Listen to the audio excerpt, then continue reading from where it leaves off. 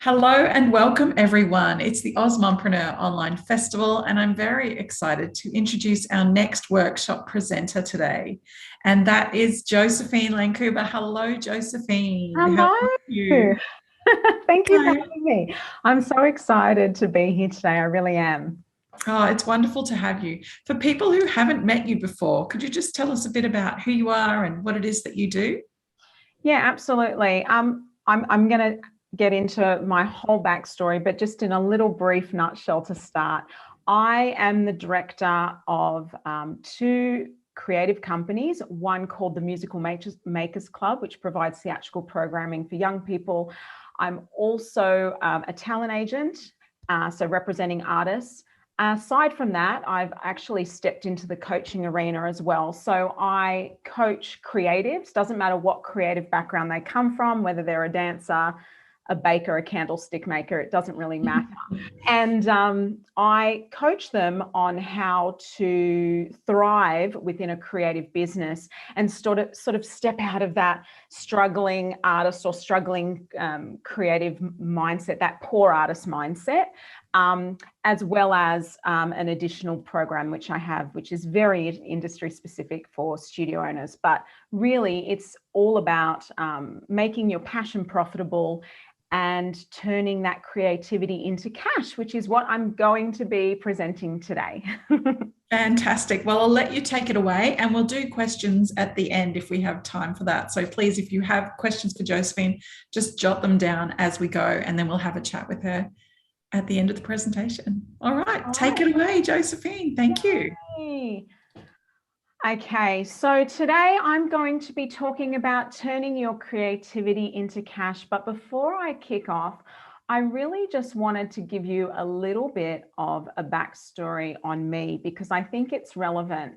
I didn't start my journey with money or with a silver spoon, so to speak. I actually, I was out of home at 15. I grew up in a home of domestic violence. I had a lot of struggles as a young person. I lived below the poverty line. Once I moved out of home, I, had to make my own way in the world. So I lived below the poverty line. I was buying 10-cent noodles from the local grocer for dinner. I couldn't make rent. I was asking for food stamps at the local charity, taking food from friends' pantries, sleeping on couches. That was my existence for a good few years of my life. And, it's such an interesting progression because the arts and being creative is really my savior. So through my life, I've had people, pass away from drug overdoses. And this was my youth. These are the people I knew. And that was something I knew I didn't want for me. I didn't want this to be my story. So I made a decision when I was 19 years old, 18 or 19. I decided to, audition for a full-time performing arts program. And I got in. So I stepped on a plane. I went to Melbourne. I had $70 to my name. And that was the beginning of my story. Since then, I've been able to create a business with six figures and growing. So now I create six figures a year for myself through passion and creativity and everything I love to do. And there's a reason that happened over time. And hopefully this session will save you 2 decades of your life, because this took me 2 decades to figure out. Okay. But I got there in the end, and I'm hoping that maybe if anything resonates with you today, that it might save you a couple of years of your life on your journey. Yeah. So now I am a producer, a talent agent. I have, theatrical programs, so training and education. I mentor industry people, and this is my passion. And this is what I love to do. And everything works cohesively, but I do know that a creative brain can be a chaotic one because we tend to look at all of the shiny things. Oh, there's a new shiny thing. Oh, there's a new shiny thing, right? So For me, it was about how do I package everything I know, everything I'm good at, into an offering that can actually generate a life that brings me financial stability, because that's what I craved. I didn't want to buy 10-cent noodles anymore. I wanted to buy Maggi. I wanted $5 noodles. I wanted to pay $15 noodles at the local noodle shop, okay? So that's where I am today. I can go buy $15 noodles at the local noodle shop. And that's where I want you guys to be too. So it doesn't matter where you are on your journey, whether you're at the beginning, 10-cent noodles, whether you're at Maggi or whether you're at the Japanese restaurant, it doesn't matter, because every part of your journey you can still craft and get there. So let me start with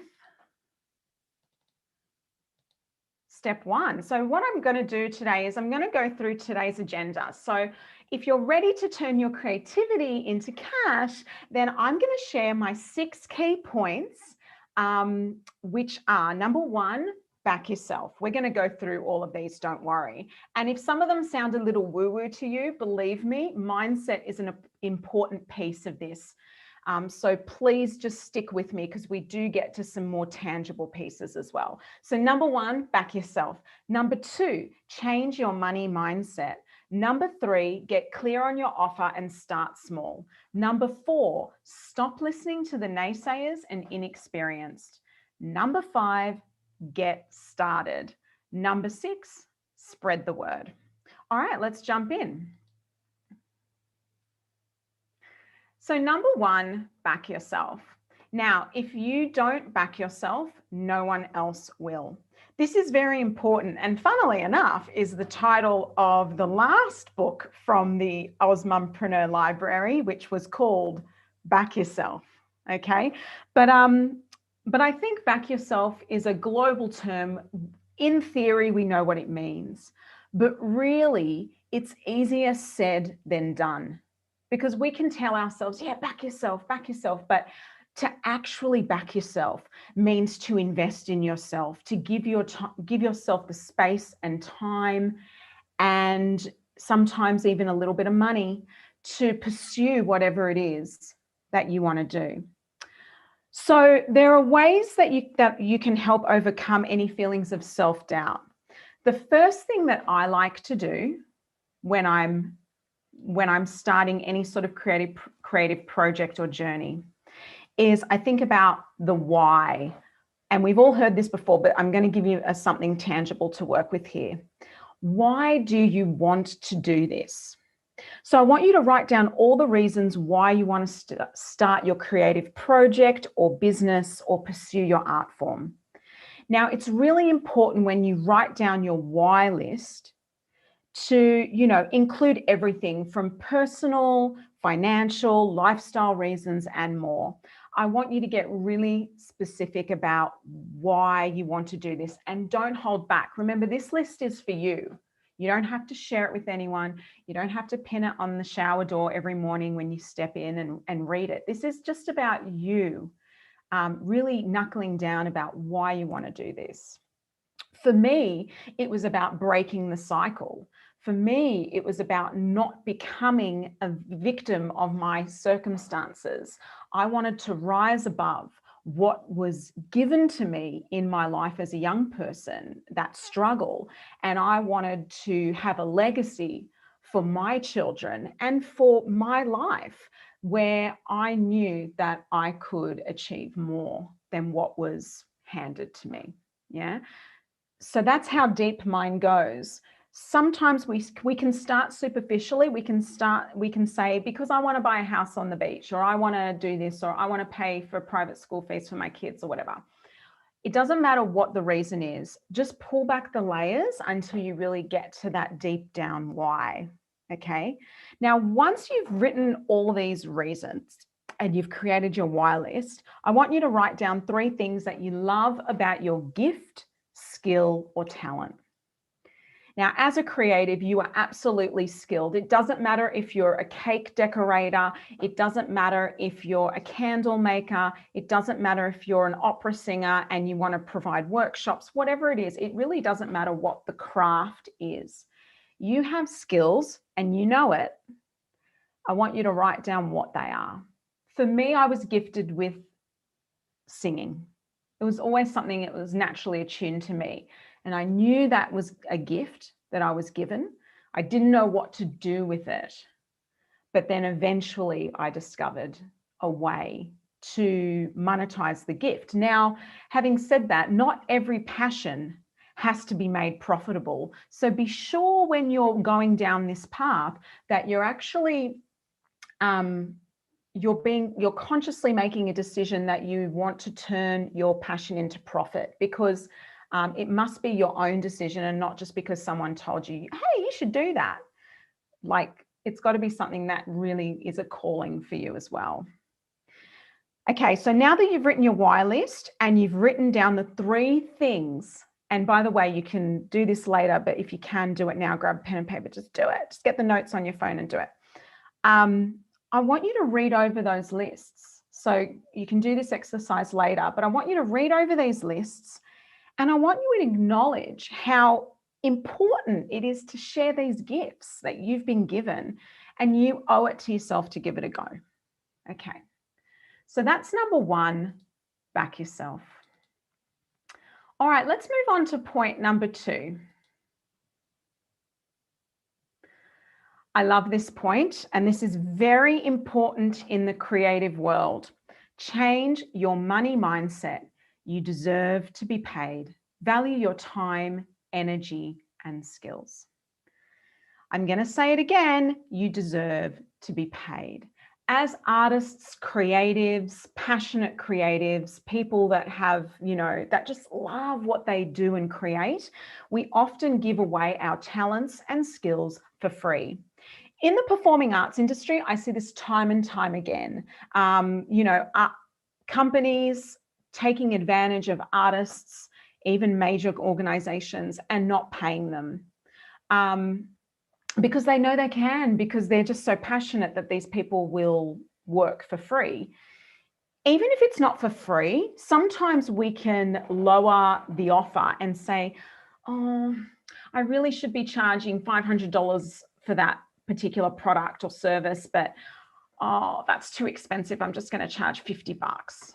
When $50 might not even cover the cost or time or your expertise that you invested into creating this project or product. So changing your money mindset. Now I'm going to give you an example, and this is a performance example, but it's relevant across any scope. I was hired as an actor nearly 10 years ago for Channel 7 to do bit parts, little sections on their basically they were just grabbing content. So for example, when you watch the news, they might be talking about the Australian dollar has gone down this season, and now Aussies are struggling to pay their bills. And then you'll see someone looking at the bill and with a sad face going, oh geez, I was the person that did all those little tiny bits and pieces. So you would see me on the morning news, on the night news. It doesn't, on the Daily Show. If it was Channel 7 content, I was featured constantly doing all these little things like looking at bills, putting on my makeup in the mirror for a beauty spot or whatever. Anyway, I did that for free for Channel 7. That was nearly 10 years ago, and signed an in perpetuity agreement, which meant that they could use it forever and ever, because I was young and naive and I wanted to be on screen and all the things. To this day, they still play that content. And now that I'm older and wiser and also a talent agent who represents artists, it actually has been a big lesson, because this is not acceptable behavior from a major company, right? But this is what companies do. I mean, in the UK, they were paying dancers, Dorito was paying dancers with packets of Doritos. Not kidding. So you know, I'll give you a lifetime supply of Doritos instead of $2,000 for that clip, plus signing in perpetuity. My point is, as creatives, we're so passionate, we love what we do, that we give ourselves away for free. Even recently with the programs that I offer, I have to combat myself, that urge that tells me that I'm not worth charging for my expertise, time, and skills. So even now to this day, I have to fight that little inner voice that tells me, oh no, that's too expensive. That's too expensive. Yeah. So just be mindful when you find yourself in that negative money mindset, the struggling artist, the new business owner, I've got no money. I can't do that. I don't have enough money. Change your money mindset, become resourceful with what you do have, and trust in yourself. Now, not to say that you can start here and then evolve. Price can evolve over time. So don't think you have to come in dirt cheap, but don't think you have to be at the top rate either. Just find a place that you feel comfortable with and then edge it up a little bit. And then just see what happens. Don't compare yourself to others. Money mindset is a very important piece, and creatives especially need to value themselves and believe that their passion and their love and energy is worth dollars. Okay. All right. So we had number one, back yourself. Number two, change your money mindset. Okay. So now I'm going to move on to point number three of how to make your passion profitable. This is very important. Get clear on your offer. Dream big, start small. Making a plan can ease a creative and chaotic mind. We're going to talk about creating your dream list. Yes, being creative can be chaos in your mind because you're constantly looking at the big ideas. Shiny new thing. Oh, I'm not going to stay focused over here. This is working okay. Now I'm going to expand and go over there, right? So I understand that you may have many big, amazing ideas. However, it's time to get some clarity. Now, the first thing you need to do is write down all of your ideas. Everything that you're doing and the ideas that you have and want to pursue. Now, I did this as an exercise. I'm going to tell you how I did it because I think that this can be invaluable for someone that has all of the ideas on the horizons and wants to do all of the things. So what I realized is when I first had my company years ago, when I first started Next Move, the problem was that Next Move was a mishmash of everything. So you could hire me for birthday parties. I was a talent agent. I was doing productions. You could take ballet, tap and jazz classes from me. Heck, I even was running drumming workshops, hula hooping, you name it. I literally had every single workshop and offering an entertainment package under the sun, under one umbrella. And then I realized that it was overwhelming from the outside looking in because I had an email from a prospective client who said, "Hey, Joe, I'm really interested in what you have to offer, but I don't know exactly what you do. Can you tell me what it is you actually do?" That's right. Helen gets me. So Helen says, "My life," right? So what I did was at that point, I realized I had a problem and I had a branding issue. I had too many ideas. I was offering too many things. I was basically the restaurant that had 100 meals on the menu. And people were lost when they came to me and didn't know what it was that I actually specialized in. So this is what I did as an exercise to get clear on my offer and get clarity. The first thing I did was, I got a big butcher's paper, and you can use Trello boards or online spaces, but I did it pen to paper. I got a big butcher's paper and I wrote down everything I offered and everything that I wanted to offer. And it was a mishmash of ideas and offerings. Big mess, actually.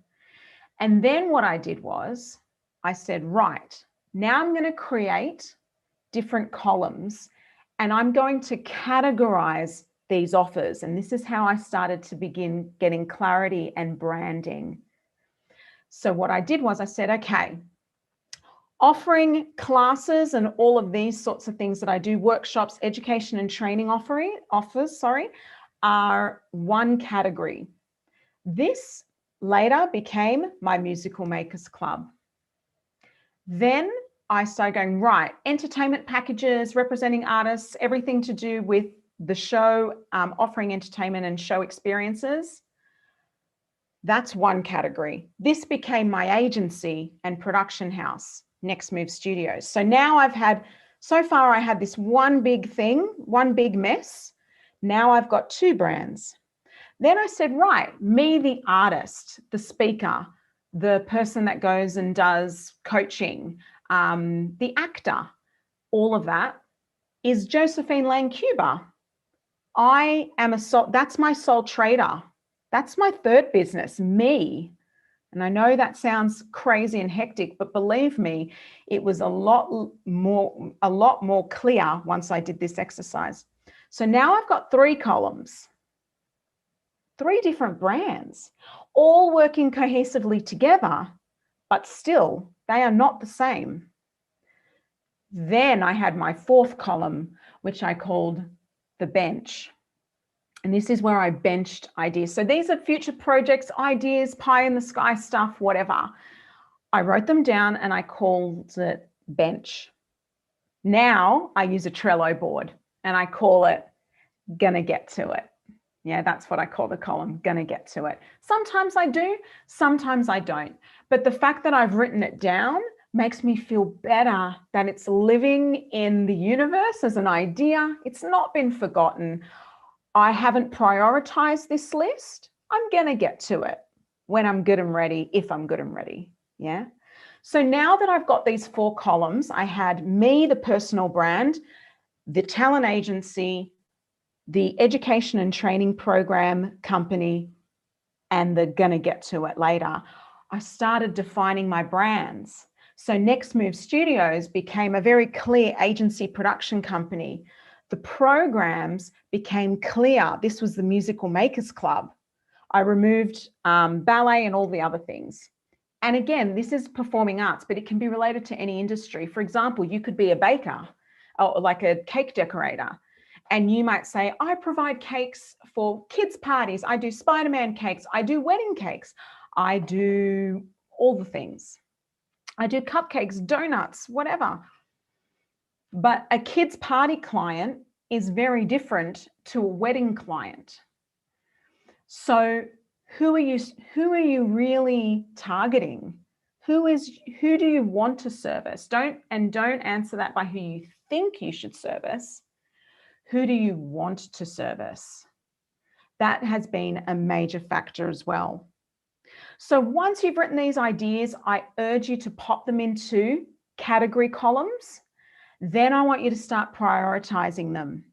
Procrastination can kill a creative business before it even gets started. So if you make it too hard for yourself at the beginning, especially when you're an ideas person and you've got this creative buzzing brain, you're going to likely bench the lot and you'll never get to it. So I want you to be kind to yourself, and you can start with the big stuff later if that overwhelms you.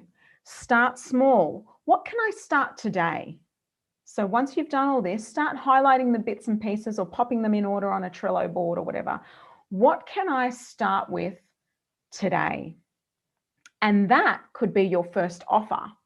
It doesn't matter if you've been in business for 10 years, 20 years, 50 years, or 3 weeks. If you can do this exercise, you will get clarity on your offer. All right, so now that you're clear on your offer, hopefully soon, and there's Ainsley saying, that's me. Yes, that's me too. Creative, chaotic brains, right? We need to focus our attention. And I've actually heard a beautiful saying that a boring business is a strong business. And what that means is, and I don't mean boring as in, you know, it can't be passion filled or whatever, but it means sometimes you just got to focus on one thing for a while. If you're making Spider-Man cakes and you're a kids' party specialist, maybe just do that for a while before you begin to offer the next thing and then the next thing. Get really good at what you do and let that grow before you move on to the next. Okay, so I'm not squashing big dreams. I've got big dreams too. I want to bring my theatrical program national. I want to roll that out in every state in the country. But I think that is the key here, getting that focus and that bit of tunnel vision. All right. So now that we've covered those first 3 points, which was number 1, back yourself. Number 2, change your money mindset.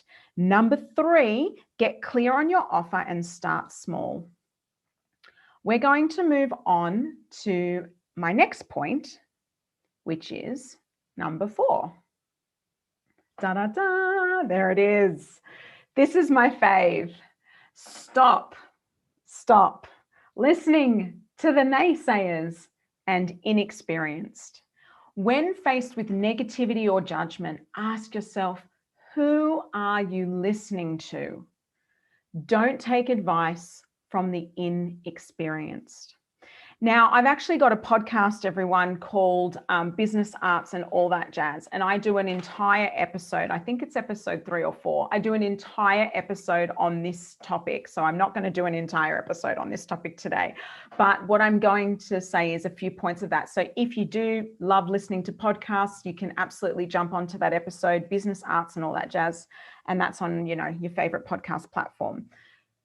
This is a very important one because when you start to commit yourself to take the plunge from being a hobbyist or an artist into a, you know, business extraordinaire, there is going to be someone that tells you it's not possible.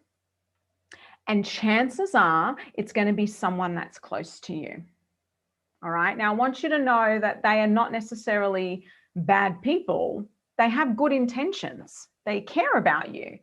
They're just not from your world, you know.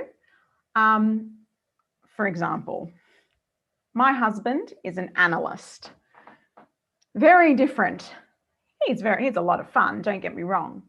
But he's a number cruncher guy. And I'm the opposite of that, right? But we work well with the yin and yang. But yeah, he doesn't always get my big audacious ideas. And so I've actually learned to stop telling him everything before I launch it because it overwhelms him. He can become spiraling into the risk assessment, and entrepreneurialism is not his jam. So he's not necessarily my go-to person for all things from my business, and that's okay. The key here is when you're faced with negativity or judgment, you really need to ask yourself who you're listening to. Are they a skilled practitioner in your field? So if you're an author, do they write? No? Okay, so they've never or do they write but never been published? And they're giving you all this advice on how to be a successful published author, but they've never done it themselves. Just be really mindful of that. Doesn't mean you can't get thoughts and ideas from friends and family, sure, but then you need to sit back and make an assessment. Who am I listening to? The other thing is naysayers. I had this recently. I was trolled online recently by someone that actually was a friend of mine not too long ago. And recently I've been very public about, you know, what I'm trying to achieve. And it's been interesting because now that I'm sort of projecting positive energy into the world and claiming what I'm doing and being proud of what I'm doing, I got a bit of backlash for that. Just for, from what I was wearing down to, you think you're so famous. Comments like that. Being trolled at 38 years old. And I had to take a step back and go, right, obviously I blocked them, deleted them. I don't need that in my space. These are my forums. I don't need to tolerate that sort of abuse. But the point is, people are going to potentially try and bring you down. It's up to you to back yourself. And this brings me back to that first point, back yourself, because if you don't back yourself, no one else will. Please remember that sometimes people are just externalizing their own insecurities and fears and projecting them outwardly onto you because they're afraid, because they don't want to step outside of the box, because your limelight intimidates them. So that's cool. They're great people, I'm sure, but we don't need to listen to them. Okay? So just be mindful. Stop listening to the naysayers and inexperienced. So that's what I have to say there. Oh, I have a naysayer that lives inside my head. Yes, that is such a great point. Helen, thank you for bringing that to my attention. This really happens as well to me as well, that internal dialogue.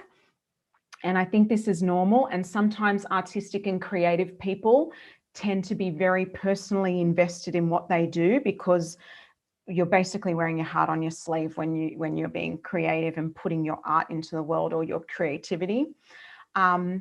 So just remember that thoughts are just thoughts, and we can push them aside. You can acknowledge the thought and go, right, I to this day, because of my upbringing coming from, having that poverty mindset as a young person and struggling as a young adult, I do find myself sometimes saying those sorts of words in my head, like, I have no money. I say that on repeat, actually, in my mind. And I do have money now. But even still, if my bank balance begins to drop a little bit, even though we're okay, me and my family, we have savings, we're fine, we're good, we own our home, we're comfortable. I've worked towards that with my husband. We've, been a great team. I still find myself having that internal dialogue. I have no money. I have no money. I have no money. I'm scared. I'm going to run out of money. So what I would say to you is to acknowledge the thought, and then I try and combat it with some positive reinforcement. Like, I do have money. I have a beautiful life. I have an abundance mindset, all of these things. So I catch myself in the moment. I catch that thought, and then I go, right, that's not true. I'm just telling myself, this is what I've conditioned myself to think. And then I have to reframe it and start that positive dialogue. And that's hard. And it's taken me a long time to get to this point where I can catch the moment. But that's what I'd urge you to do. If you can start finding yourself when you do that, you go, I've just said that negative thing to myself. I'm not worthy. I'm not good enough. People don't want what I have to sell. I want you to reframe it in the moment and go, I am good enough. I am worthy. People need what I have to give. I offer value. I hope that's of some importance or value there. All right. So we've talked about quite a few things here. Let's come back to the slideshow. So now I want to move to point 5. How am I doing, I think, for time? I don't even know where we are. Oh, beautiful. We're doing great.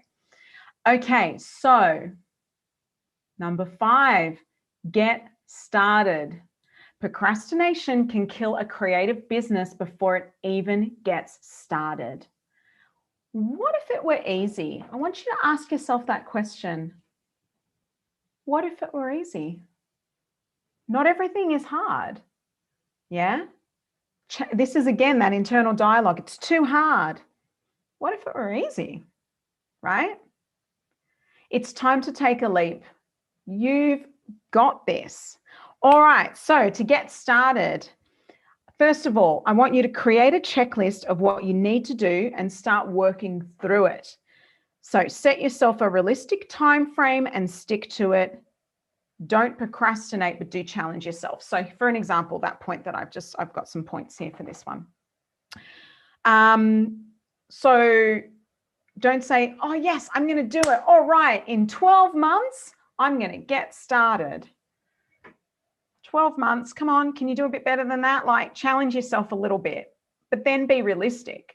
Like, as in, be kind to yourself, as in, all right, I'm going to get started today, and in 2 months, I'm going to recoup the money and earn exactly what I'm earning on my full-time retail job, on my full-time corporate role.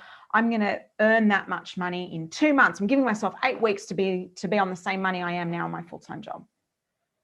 That might not happen. Be kind to yourself. Yeah.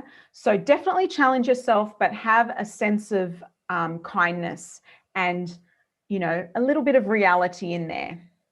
That's what I would say to you. So I'm not, again, not squashing the big dream here. What I'm saying is, don't set yourself up for failure and then get to the 2 months and go, well, this business doesn't work, obviously, because I didn't earn what I was earning in my full-time corporate role within 8 weeks. Well, of course not. You know, like, you've just said, I mean, if that happens for you, amazing, and congratulations and kudos to you, but chances are it might not. So I want you to just think about that and go, right, what can I do today to get started? Write your checklist and start ticking those boxes. You've got this. The next thing for get started is, now that you've hopefully, you know, once you've worked through these thoughts, you know your offer, you create prices and packages to get started. Consider the cost and the time involved. Doesn't matter if you're seasoned business person or if you're just starting out. Sometimes we don't consider the costs. I mean, I've done this. I've hired people to book entertainment packages and then realized that the wages surpassed the amount that they were booking, and it ended up being redundant. And I was working overtime to sustain 50 bookings a holiday season and make no money, versus if I'd only just done 10 bookings and didn't hire that salesperson, I'd actually be in a better position and under less stress. So you got to work these things out. Remember, change your money mindset. That's important. That was point 2. So just going back to that, when you're pricing something, just think about not just the costs involved, of course, including your taxes as well and everything. Think of all the overheads, but also your time and expertise. And yeah, like I said, price can evolve. So, you know, you might start here, just make sure you're not in the red and you're in the profit zone. And then you can evolve over time and edge your price up. There's no rules. You're in charge of your pricing and your packages and what you offer. The next thing I would say in get started is make sure you speak to an accountant about what you legally need to trade. Sometimes, I mean, I've had contractors come to me that don't have an ABN and they say they're a contractor, which is an Australian business number, and you need that in New South Wales to trade. And it's like, well, no, if you don't have an ABN, then you can't be a contractor. So, you know, line your ducks up in a row, speak to your accountant. Also check with what insurances you need. The amount of times I've had contractors come to me that I want to engage for work and they don't have any insurance. That happens a lot. You've got to be covered. It's so worth it. So whether you're a photographer, you service food, you do events, you are a carpenter, it doesn't really matter. Insurance is so important because if something goes wrong, it's going to cost you way more in liabilities than it would have that couple of $100 a year. Depends what you've got, of course. It could be a shop front, so it might be a couple of $1,000s a year. Whatever it is, make sure that you're checking what you need. And register your business legally. That's an obvious one for some, but a lot of artists that I've worked with in the past actually don't register things. And what I would say as well is register your domain names, not just your business. See, people think I've got the Musical Makers Club and I just register that. No, register your personal name as well so that no one can take it. So I've also got josephinelancuba.com.au. I actually owned those a couple of years prior before actually starting to develop and use those domains. Also, if I create a product or a service or a major event, I secure the domain names as well. And it's okay to park those domain names.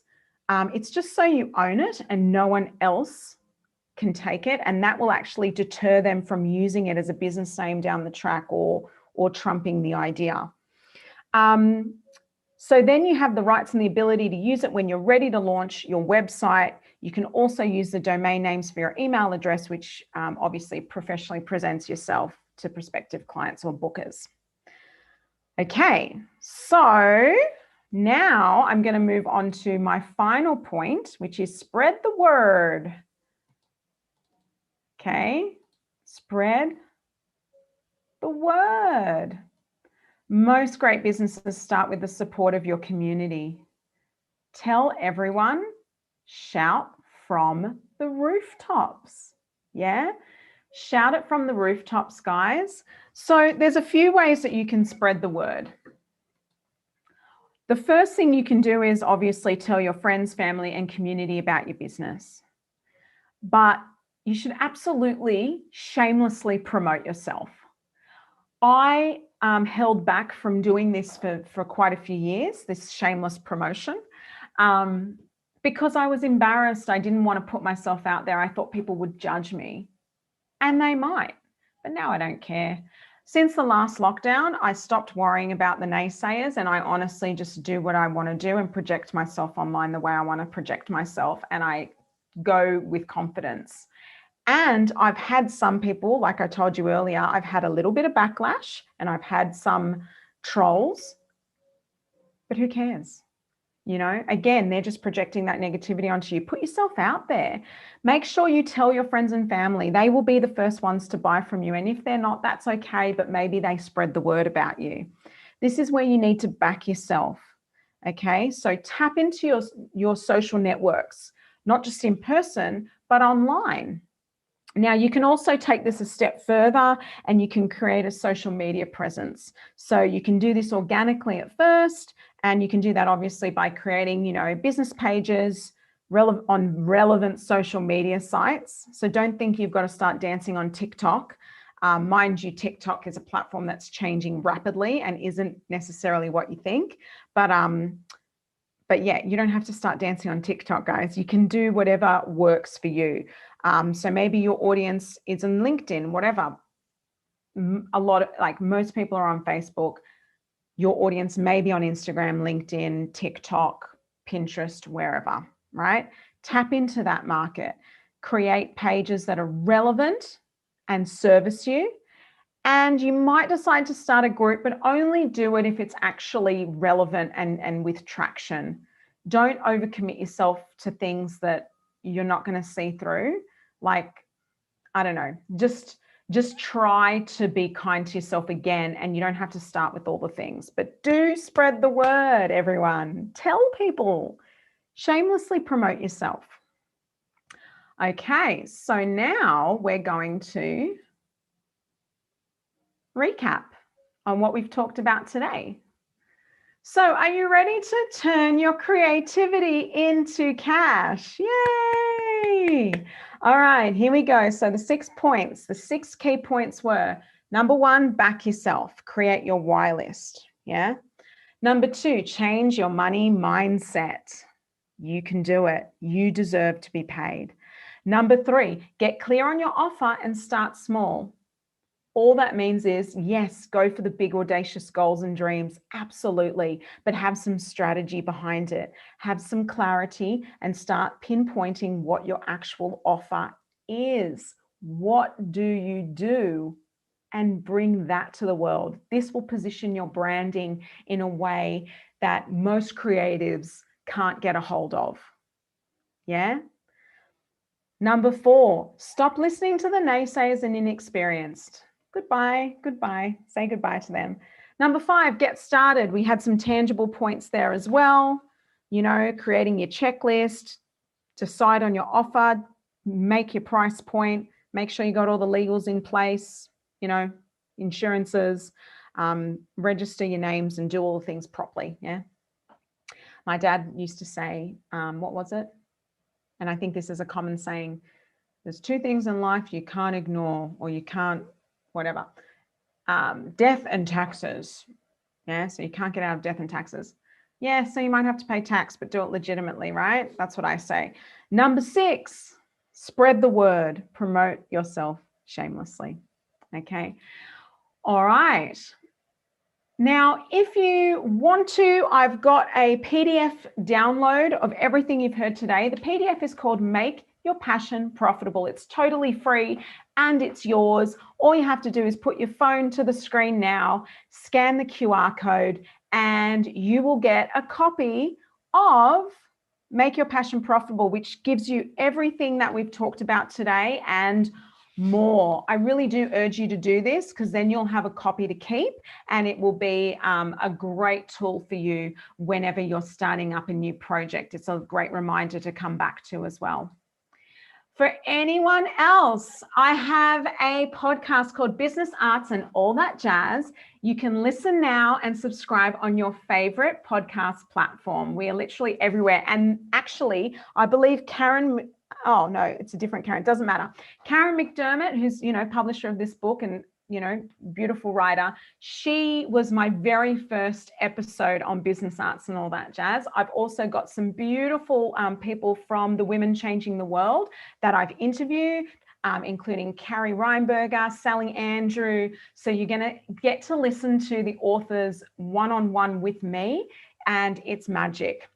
Actually, Karen's episode was first. It's the most listened to episode so far. We've had the most downloads, obviously for many reasons, being that she's amazing and everyone wants to listen to what she has to say, but just so beautiful and insightful. So if you get a chance, just check out that podcast, guys. I do urge you.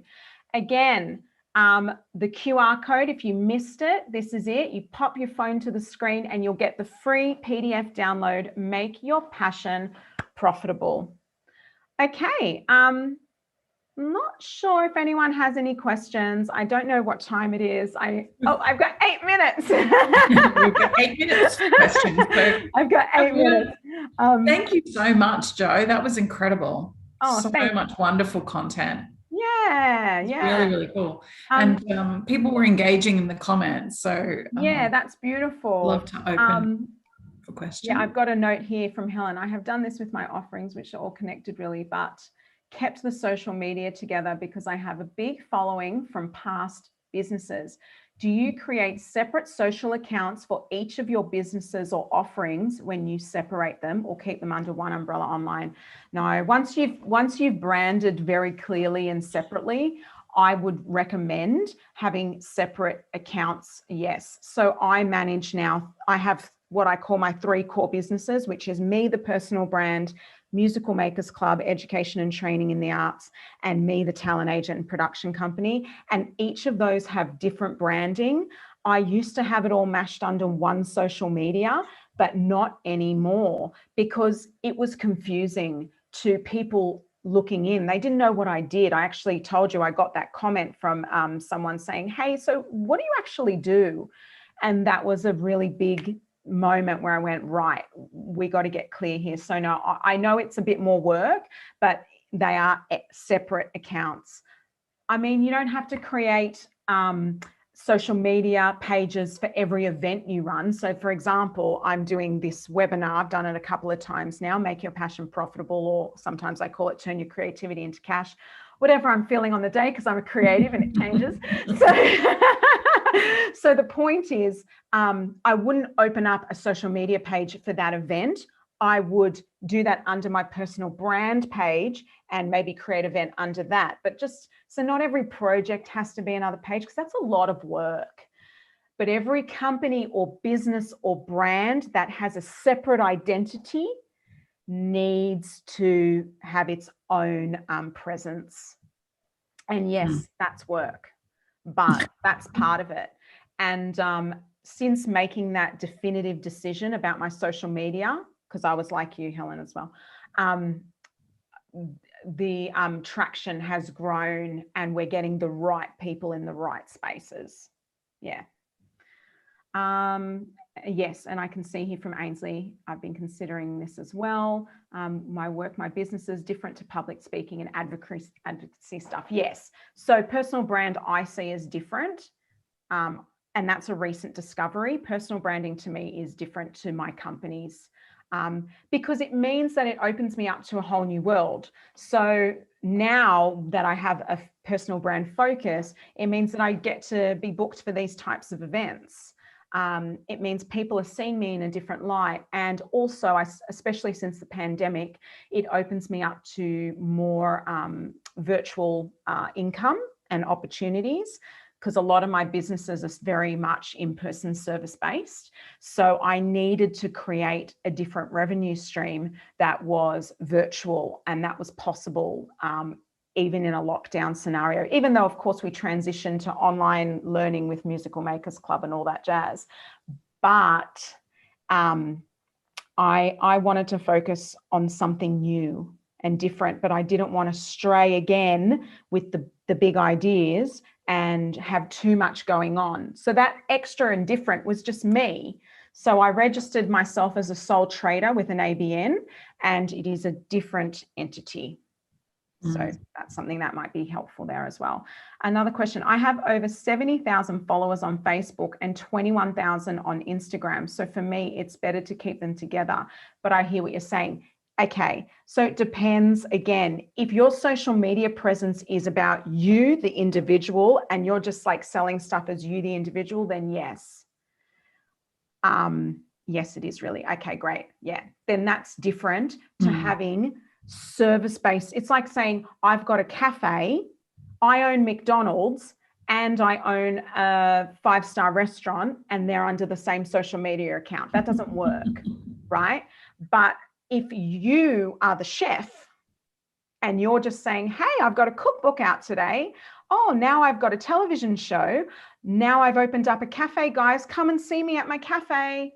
Or I've got a pop-up coffee shop. That's different because it's you, the personal brand.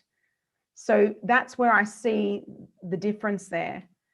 But that's a great following as well. So yeah, incredible. And I hope that you're leveraging from that following, because I think in this Insta famous age, a lot of people will have all of these followers, but don't actually generate income from them. So if you haven't strategized that yet down to be able to really monetize the platform, I would urge you to really sit down and strategize that, because you've got a great following, and I hope that you can engage and monetize that, because that's where it's at, right? Leveraging it.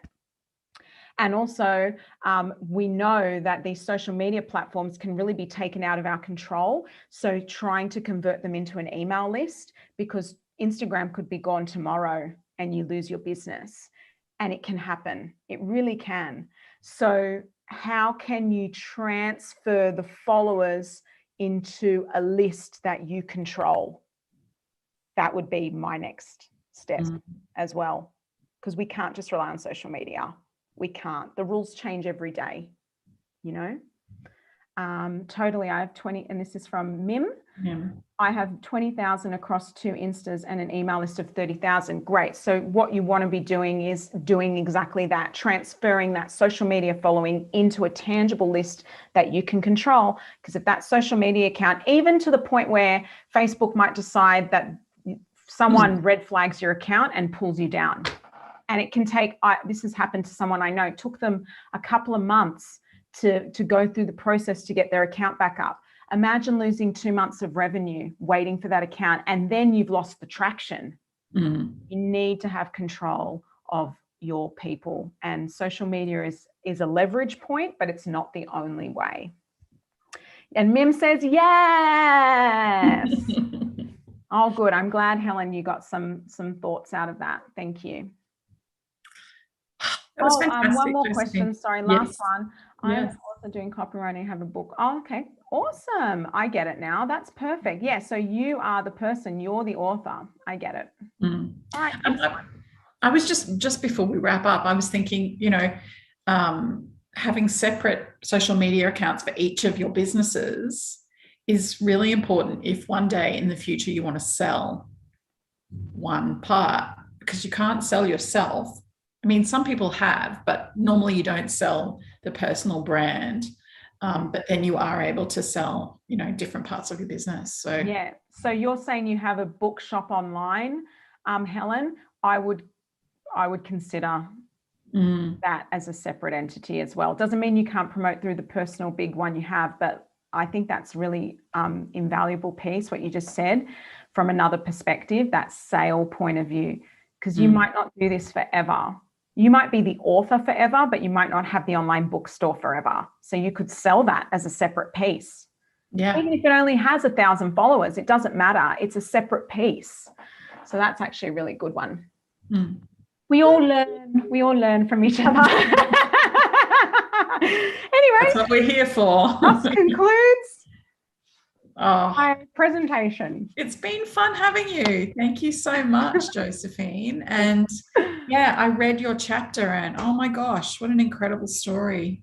Yeah, congratulations on surviving those hard times at the start of your journey and becoming so successful now. It's really inspiring and incredible.